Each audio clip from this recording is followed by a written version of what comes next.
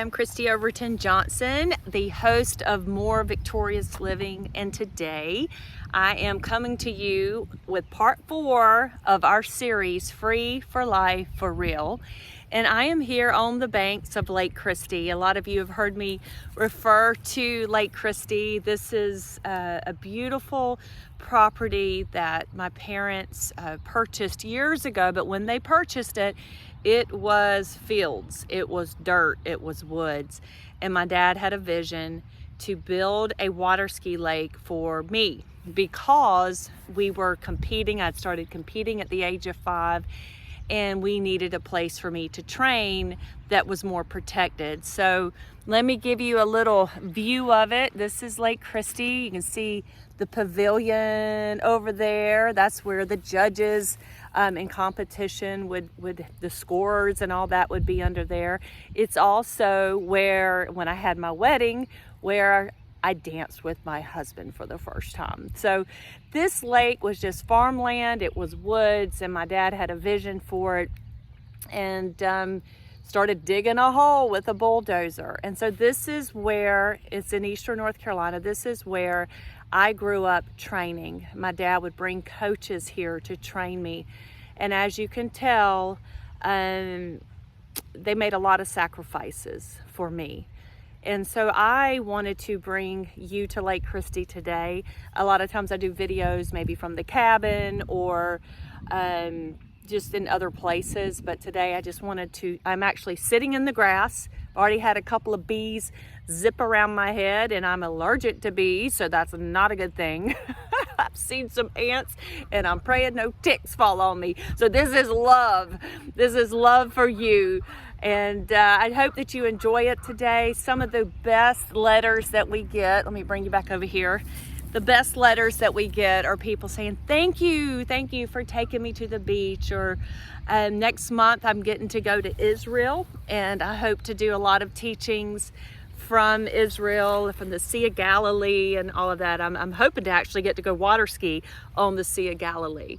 So today, I'm just here. This is very raw, as you can see. None of our videos are ever really fancy, but today the lighting's not great. You're gonna hear some geese. You might see me do this because of the mosquitoes and the bees and things like that. And actually walking through the woods, I actually dropped something that I'm gonna have to go and try to find. So it's a little bit crazy, but we are here talking about freedom.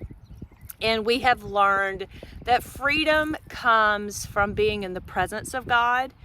We've learned that our circumstances do not dictate whether or not we experience freedom and we experience victory. It's whether or not we're gonna dare to hope in the one who loves us and who has a plan and a purpose for us. We have also learned that there is such a great need for us to trust in God and to travel steadily along his path. And each step we take, we dare to hope. We dare to hope in our Savior, in our Lord, in the one that is providing for us, that is protecting us. We talked about at the very end of segment 3, and this is segment 4 in our series, we started talking about, sometimes when we're traveling steadily along the path, we might can find ourselves being tripped up. And I remember a time, let me see if I can show you this. I'm probably gonna make a mess here. If you look way over there, that's our cabin. And that was the cabin that I would live in the summertime. That's also the cabin that had hundreds of people standing over there on that deck waiting to watch me perform. My dad had invited all of these people out from our church to watch his little girl, who was about 11, 12 years old, perform on those water skis. And at that point, I was already a national record holder, a national champion, was a junior world champion, all of that. And so people were coming out to watch me do my thing.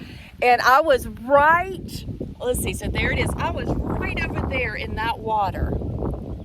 And I said, hit it to the power source. So you know, we've talked about the power source, the importance of the power source, where I had the best boat there was. I mean, I was sponsored already at that age by Ski Nautique, Correct Craft Boats, and they would give me boats to train behind. I had the best boat. I had the best coaches. I had the best ski on my foot, and I had determination. I was going to ski and perform. There was even this course. Can you see the buoys out there? See those little yellow balls? That's the course, the buoys that I would have to go around as I ran the course. And so I had determination, I had know-how, I had opportunity. And I'm in the water and I'm getting ready to perform. And it's just like I've had to perform a zillion times before. And when I said hit it to the boat driver, and some of you have heard me share this story, but you've never actually seen the water. I could still visualize it right now. 100 people on that deck over there. I'm in the water and I say, hit it to the boat driver. And as the boat starts to go, I feel this pressure start to pull me back into the water. And I fall. Here I am, someone that's a junior world champion who knows how to ski, has got the opportunity, has a lake, for goodness sakes, with her name on it that was built just for her by her daddy. I know how to do this, and I still was falling, and it was embarrassing. I remember that boat coming around, and I just wanted to go under the water because all these older people, they seemed old, they were probably younger than I am now, but they're like, come on, you can do it, and they're clapping for me. And so I just wanted to go under the water. But I knew, like I've told y'all before, you can either hit it or quit it. And quit it was not an option. Those people were here to see me ski. My daddy and my mama. Mama was in the boat and daddy's up there on the shore. And I'm sure wondering what in the world, his daughter didn't even get up. And so when I finally got up, and I about fell the second time, and I was very confused. I looked down, and what had happened is my wetsuit is a really, and I've shared this before, but it's a thick neoprene suit that keeps you warm. It was cold. I think it was in the spring of like 1982, and the water was shooting into the legs of the wetsuit and creating a drag. It was creating a parachute effect. It was weighting me down and keeping me from getting up. And I share that story with you because all of us, you know, we've talked about the Word of God. We've got the best coach there is. We've got the power source. If we have put our faith and trust in Jesus Christ, we are connected to God through that relationship, and everything that is God's is ours. There are teachings that you're hearing, whether it's from our ministry or others that believe the Word and are teaching you the Word, and you've got the tools. You've got the tools from your recovery programs. You want to be free, and so you've got all these tools and you're trying to get up, but yet you keep falling down. Could it be like me? That there is something in your life that is retaining weight, retaining water. You're carrying a load. You're carrying a load. You've got everything at your disposal. You've got all the right tools. You've got the power source. You know the direction to go, and you want to go. You have this desire, but yet you keep falling. You want to go steadily down the path that we talked about in the last session, but yet you keep falling and falling and falling, and you're getting tired and you're getting frustrated. I want to propose that question. What is it that you're trying to carry on the journey with you? What is it that is latching on to you, that is sucking you down?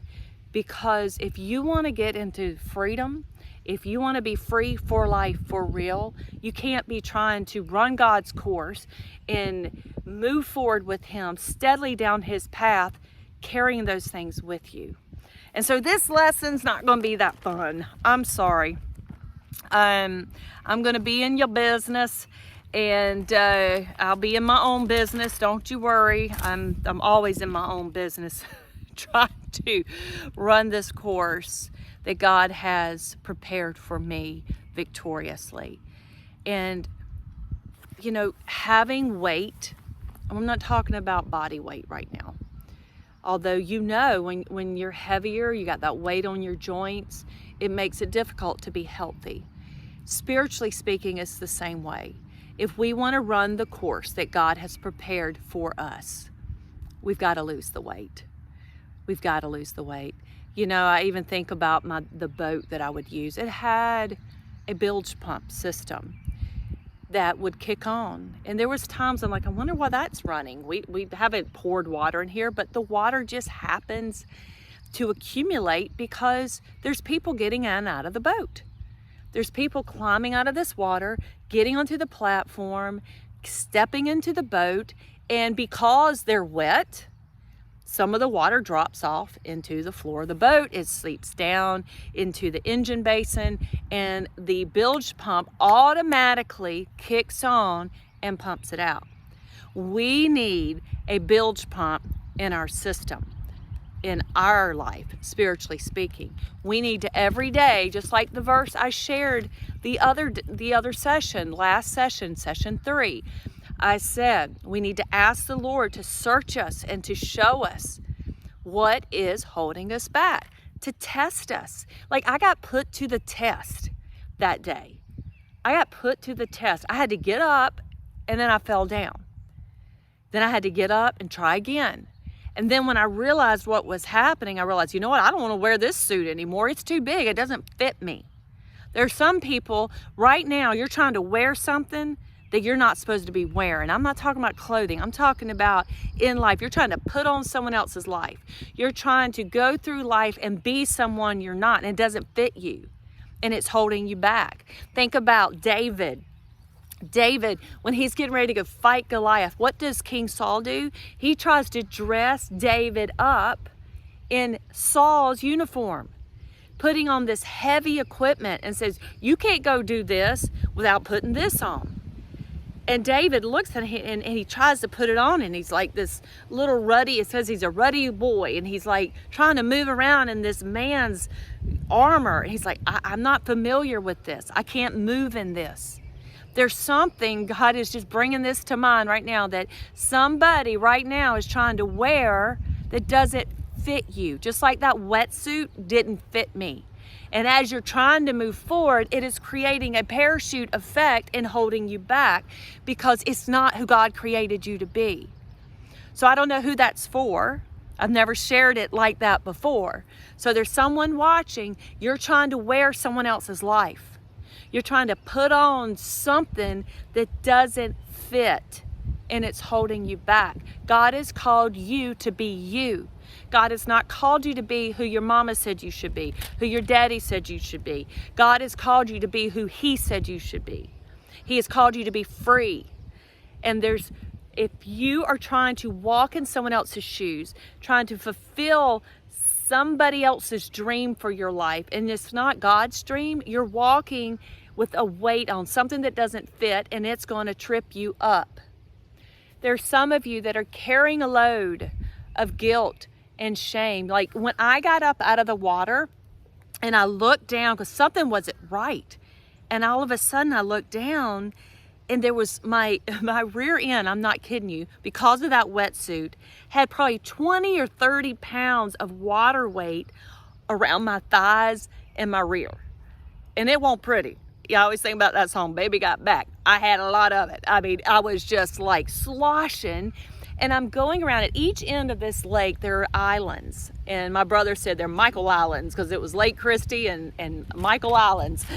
And so you would go around the island, and what the island did is it broke up the waves so that the waves didn't roll down the course. It also lined up the boat. So when the boat came around the island, it was lined up to go down the course, buoys.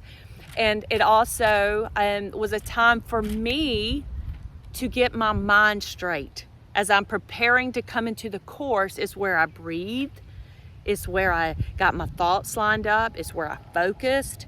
But that day, it was where I reached down and I pulled that wetsuit out away from my skin and I let the water run down my legs. I freed myself from the weight because I knew I could not run the course that my daddy had prepared for me, that he had dug this lake out, made all these sacrifices, placed these buoys in the exact place they should be. I could not run that course with victory if I was bound up in weight. So I had to reach down, going around that island, and let the water out. And there's some of you today that needs to let the weight out. Let the water out. What is binding you today? What is tripping you up? It says in Galatians, I believe, I don't want to ever misquote.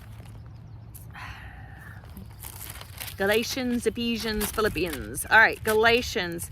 It says, Galatians 3:1, oh foolish Galatians, who has cast an evil spell on you? And other versions talk about you were running the race, you were doing so good, who cut in and tripped you up? I think I might have the wrong verse. But he's talking about, man, you were doing so good. Who came in and tripped you up? Who came in and put a weight on you? Maybe an expectation. Maybe you're carrying the weight of fear. Like, you're wanting to run the course, but you keep maybe looking back. You're looking backward and you're carrying the weight of traumas and the weight of anger and hate and fear. Maybe you're thinking about all the things you did and the crimes maybe you committed or the hurt you caused people, and that becomes a weight of regret. I can't even say that. Regret and shame. And God doesn't intend for you to carry that. Satan wants you to carry that weight. God says, I have come to set you free. Be free. It says in Leviticus 26:13, I am the Lord your God who broke the yoke off your neck. Now walk with your head held high.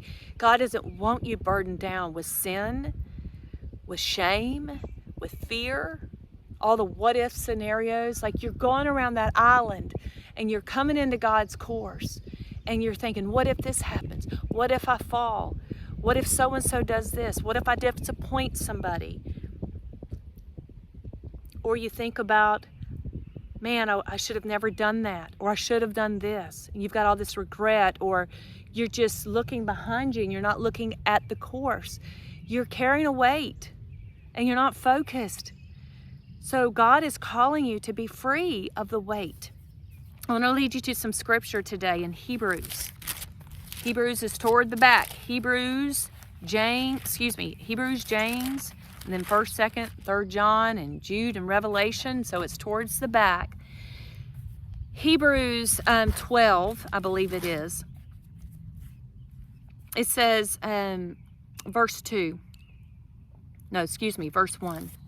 So since we are therefore, so you need to go back in chapter 11 of Hebrews and find out what it's saying. It says all this stuff and it says therefore. It's talking about the heroes of the faith, all the ones that ran God's course. And it talks about how they kept putting their trust in God and learning from their mistakes. Because therefore, since we are surrounded with such a huge crowd of witnesses to the life of faith, talking about Abraham, Moses, David, all these people, he says, let us strip off every weight that slows us down. That's exactly what we're talking about. If you want freedom, you've got to shed the weight. So strip off. That means you pull it off, you remove it from yourself. And to do that, you've got to identify it. What's the weight that I am carrying? And that's going to be different for each one of you. My weight is guilt. I never felt like I've done enough. I wake up in the morning apologizing.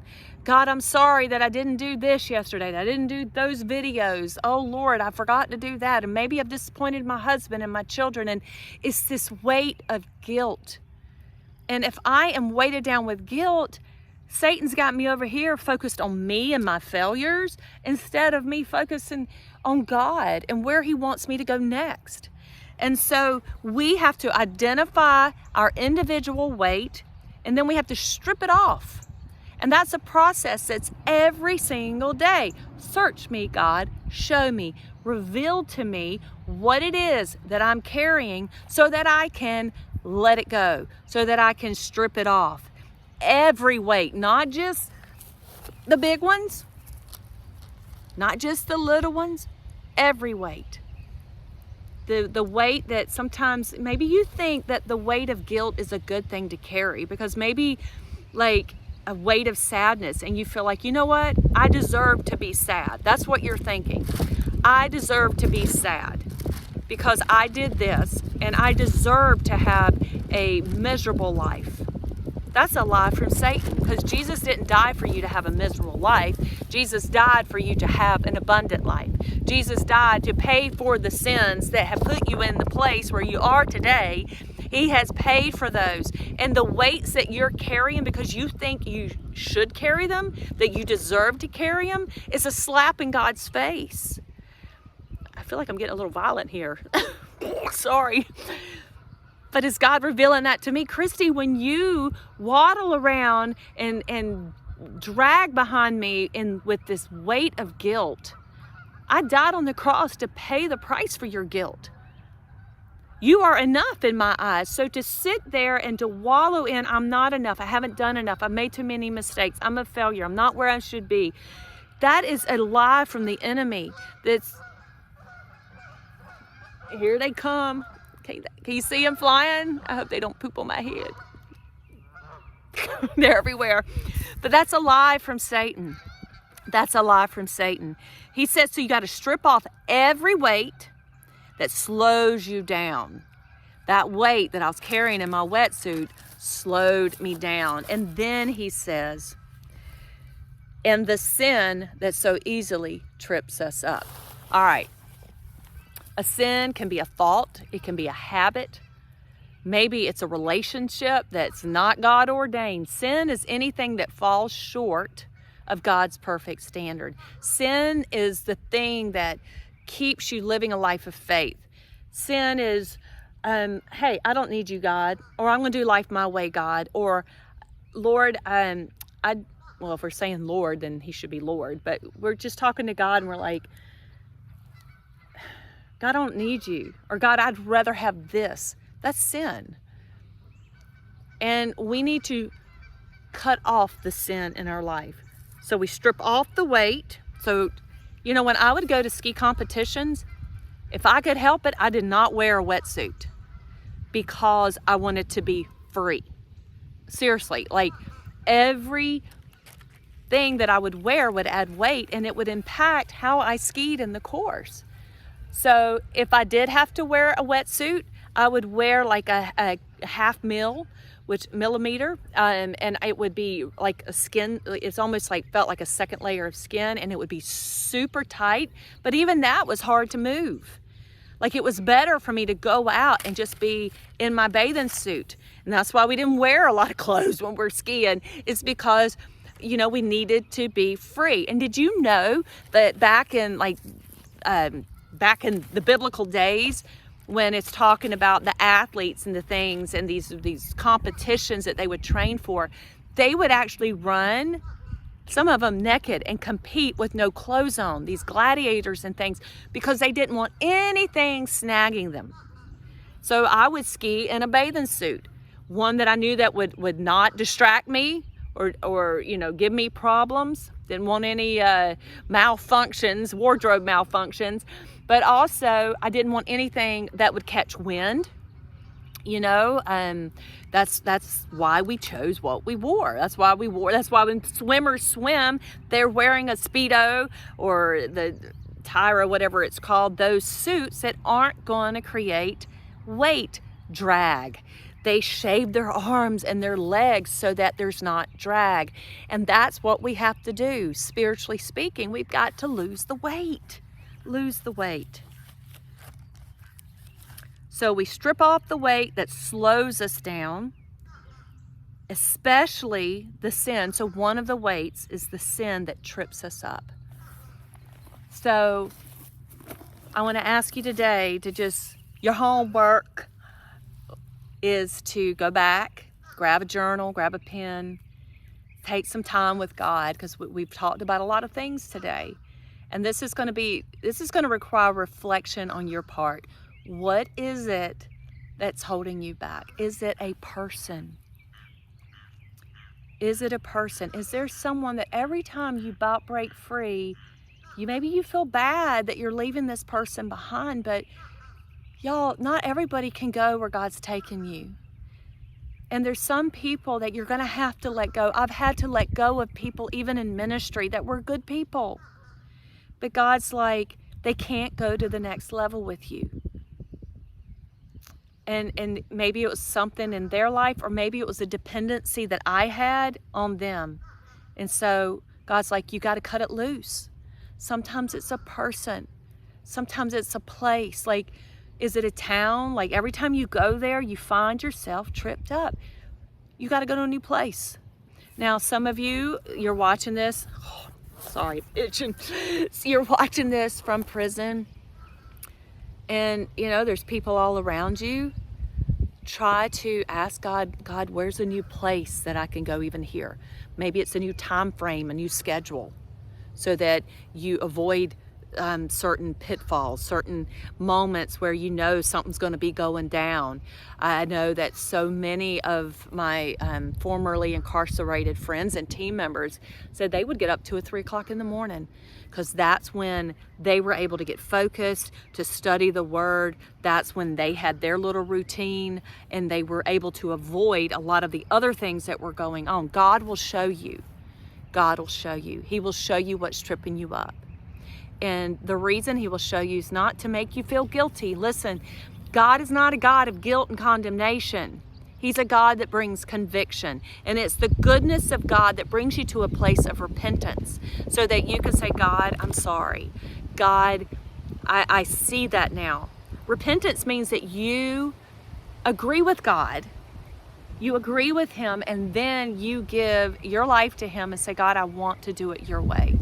I'm going to change the direction of my life. I'm going to follow you. I want to say, hit it to you, God. And as I say, hit it to you, I'm going to strip off the weight that that slows me down, and the sin that sin easily trips us up. That's why we have to get rid of it. Sorry, I keep pulling at everything. I'm just kind of sitting here, and I'm old. So I keep moving because I'm hurting. But I love you. And I hope that this message from Hebrews 12, verse 1 has encouraged you. And I think, we're going to pick it up about how to move forward once you do free yourself up from the weight. Because if you want to be free for life, for real, you've got to lose the weight. And God will help you do that. Let's go get on a spiritual diet, y'all, and let God show us, and let's lose the weight so we can run the course and fulfill the purposes that God has prepared for your individual life. God bless you, and I love you. Are you an inmate in prison who needs encouragement? Write to us at Victorious Living, P.O. Box 2751, Greenville, North Carolina 27836. To view Victorious Living magazine in its entirety, please have your chaplain contact us at 352-478-2098 or through our website, vlmag.org. We are happy to provide bulk copies free of charge with or without staples. God bless you.